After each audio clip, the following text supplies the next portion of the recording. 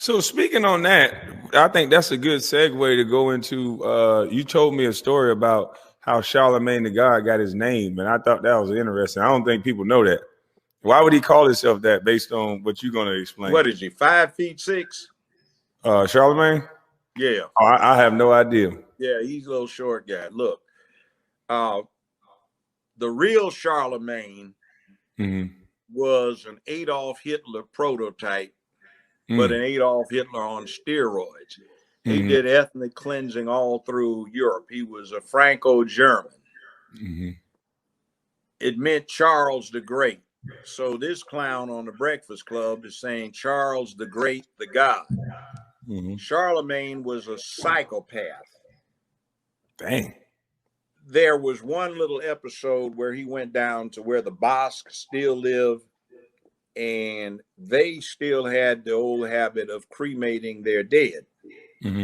Rocky place ain't very much area to bury somebody, right?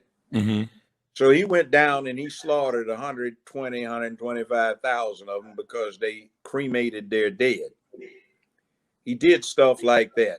He slaughtered people, killed out whole regions, exterminated everybody because they didn't switch over to his particular brand of religion. Ethnic cleansing on a super scale back in the Dark Ages, the 10th century, in the 900s.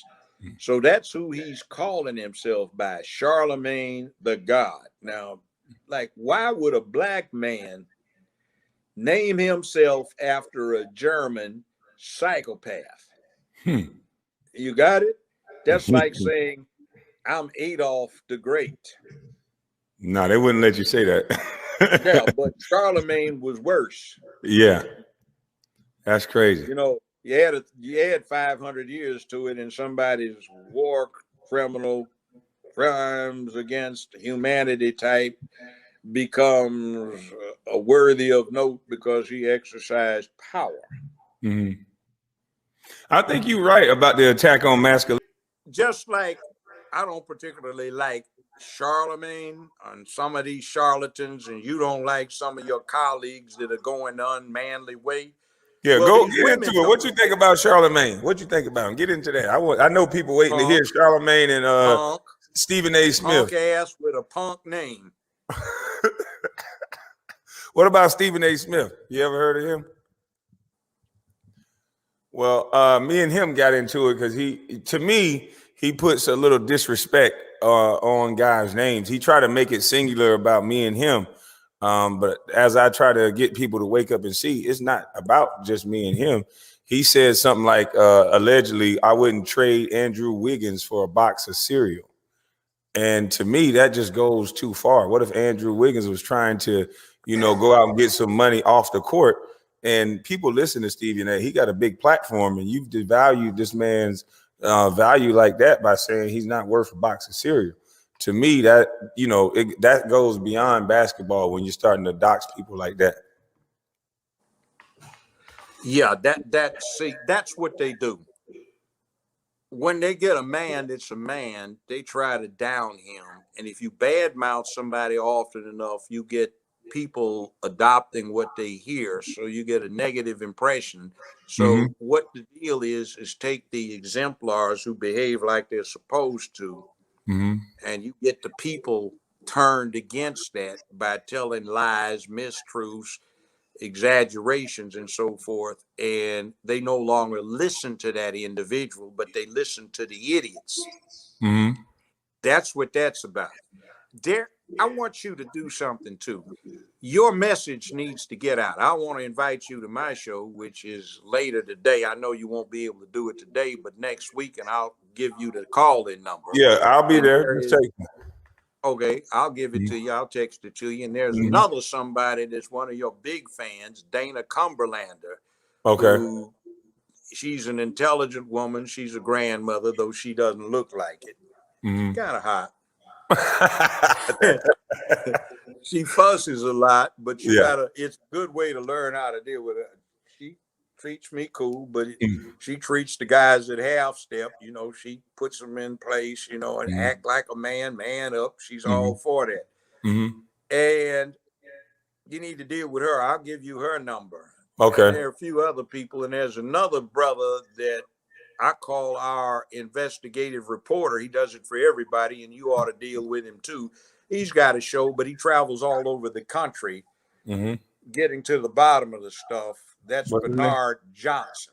So you need to deal with him. And then there's a good sister you need to talk to. Her name is Dr. Cheyenne Bryant out of Los Angeles. And this is one of the most intelligent humans I have ever run into. Interestingly enough, these women are deeper into man up as a necessity for men than a whole lot of brothers are doing. Dr. Johnson has one of the top 10 best-selling books on Amazon, which is good.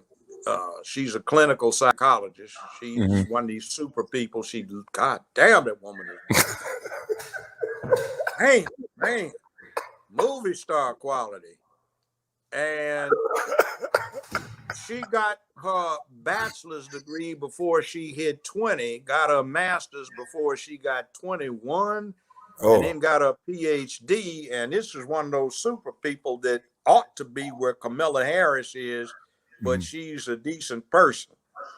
Okay. Now, she's a rare breed. She actually is president of an NAACP chapter, but she makes it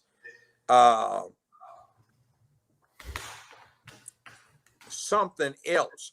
So like when this thing that became Black Lives Matter first started, before it got corrupted into Black lesbian mania and pushing this anti-family dialogue, she got the chief of police for the Los Angeles Police Department, all of his staff and every one of his command officers out there to tell the citizens in Long Beach, California, that they were not going to tolerate this stuff happening again. And actually, from what I saw the last few times I've been to LA, it actually seems to have made a difference.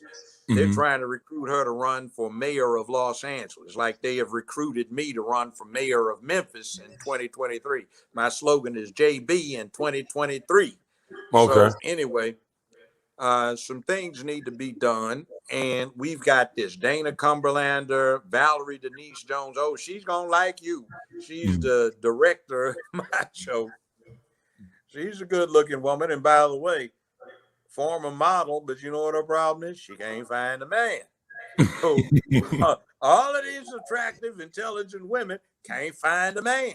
Yeah. And it's kind of crazy. Hell, even a rich tycoon I ran into one time, white guy, billionaire, said, look here, Judge, would you do me a favor and sit next to my two daughters at this banquet and talk sense to them? And I'm talking to one of them. She's got either boyfriend or husband, I forgot which, but she was the plain one. The younger one was working on her PhD. She's a billionaire. She looked like a movie star, man. She's gorgeous. And she was breaking it down. She had a few glasses of wine. And she said, look, Judge, I can't find a man, an eligible bachelor. I said, well, what's wrong? So she had him, and my daddy said, I need to ask you. I said, why don't you just break it down? She said, well, let me put it this way. These guys I go out with, they like my girlfriends with dicks, and I ain't a lesbian. God damn it, I want a real man. What the hell's wrong with this? So I broke it down. She said, so in other words, my mama, her friend girls, and my aunts, and all of them, they raised these boys to be like this. Yeah, I said, that's basically what it is. She said, so who the hell gave these fools the idea that we want a girl? If we wanted a girl, we'd be lesbians, damn it. We want a man. And she said, my dad is a real man. By now, she's cussing, so he's a real live man, I mean, he does wrong, but God damn it, he's a man. But that's what they don't understand. They think men are just one thing and we got to be perfect, but it's a bunch of different ranges of men. So that's why I'm trying to bring people together. So some people are going to wear ties and some people going to fix on tractors and some people going to farm. It's different forms of men, and we should all be respected. So I appreciate you coming on my platform, but I also want to ask, and I'm definitely coming on yours, but I want to ask you, coming from an elder to a young buck, what would your advice be to young males, young men and women coming up, trying to figure this thing out, that's trying to do it the right way and trying to get married? Very briefly, Okay. where I am to where you are seems like 2 years ago. Mm-hmm. The older you get, the smaller percentage of your life a year is. So when you get 70, 73, 74, 75, every year is just 1/70th of your life. When you're 30, it's 1/30th. When you're 2, 3, 4, it's a big percentage. Mm-hmm. Time passes very quickly. Mm-hmm. And in your own mind's eye, you never get past where you are right now. Mm-hmm. And you got to look at yourself in a mirror to realize how old you have gotten. Mm-hmm. And you have to be able to deal with yourself. Now, I would suggest to you to keep doing what you're doing, and any other young man out there, white, black, brown, red, yellow, be able to look in a mirror and say to yourself, I acted like a man. I acted like I was supposed to have yesterday. Mm-hmm. I acted like a man. I'm going to act like a man today while you're shaving, Mm-hmm. and I'm going to have to uphold. Now, to Mm-hmm. uphold, you have to get your shit together. That means you have to commit yourself to the task of working. It's like nothing comes easy. If you have a talent, that's great. But that talent might change because you get older. Like you, hell of a basketball player. I understand, got first round draft straight out of high school. That's Mm-hmm. cool. Mm-hmm. But, I know Magic Johnson personally. I've known his family for 35 years.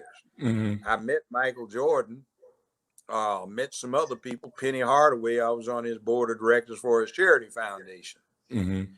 A guy named Randy Wade and I, who they call Big Daddy, we used to do Man Up to some NBA players 30, 34 years ago Mm-hmm. because they didn't have it. But the bottom line is focus, because what you do at an early age, you're not going to be able to do later. And what you can do later is your labor, your talent physically evaporates, but your acumen, your skill, your mind can increase. So keep your mind focused on an objective, have a cause, have a purpose. And if you have a purpose, your life is a lot easier because you can stick to it, where you can say, I made it rough on myself, but it's a matter of principle. A Mm-hmm. lot of people compromise because they say you got to do what you got to do to get somewhere, but no, you got to do what you're supposed to do. And if you do what you're supposed to do, maybe what's going on is there's something to develop that's developing where only a person with your credibility can deal with it. Now, Mm-hmm. you see, young brother, here's one thing that I'm going to mentor you. You got my number. Use it frequently, because here's the deal. My slogan is protecting womanhood and promoting manhood.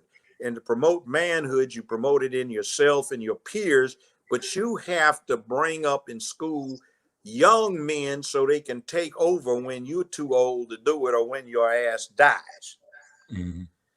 And the interesting thing is, I've been near death at least once or twice. And when you can say, yeah, I upheld, you don't worry about whether you're going to heaven or hell. You don't care because you did what you were supposed to do. Mm-hmm. Focus on that and keep your eye on the goal. What is your purpose? Our Mm-hmm. people need leadership, not some goddamn pimp trying to hustle. Mm-hmm. We need leadership. We need direction. So spend your time finding out everything you can about everything. Get all the knowledge you can on everybody, because when you know what people are about, even if you got misconceptions, you can investigate further to see what the truth is. You'll see where somebody is coming from. And if you are really doing something and they're trying to trap you or ruin you, you can lay landmines so they'll step on them before they get to you and blow themselves up. Mm-hmm. See, you're talking good stuff and you are sincere about what you're doing. Is manhood. That is the most important thing. Remember, people look up to you. And what you can do is use your forum like this to start jacking these fools around and embarrassing them. So you got somebody like me watching your six because ain't nobody can do shit to me. I got my money. I'm retired, damn it. I'm going to make some I more. appreciate that. But they can't touch me because I'm 74 years old and I don't have any more goddamn career unless it's recreational or it's a hobby, even though I do have a product. It's called Judge Joe Brown's Barbecue. That's what I'm talking You about. be the judge. Now, if you want to watch the rest of this live, or honestly, this was an interview, but if you want to watch the whole thing, it was 2 hours. Make sure you check out Kwame Brown's YouTube channel. The link is always in the description. And I don't think I need to say much in this commentary. I'm just going to say I feel like Kwame Brown did a good job of conducting an interview. And he showed a lot of chops and a lot of promise for, you know, the audience he is building and what he has coming in the future. He can do or conduct interviews in a great way. And I was impressed. Let me know what you guys thought about the live. Make sure you like the video and subscribe. Turn your notifications on. I'll see you guys next time. Peace.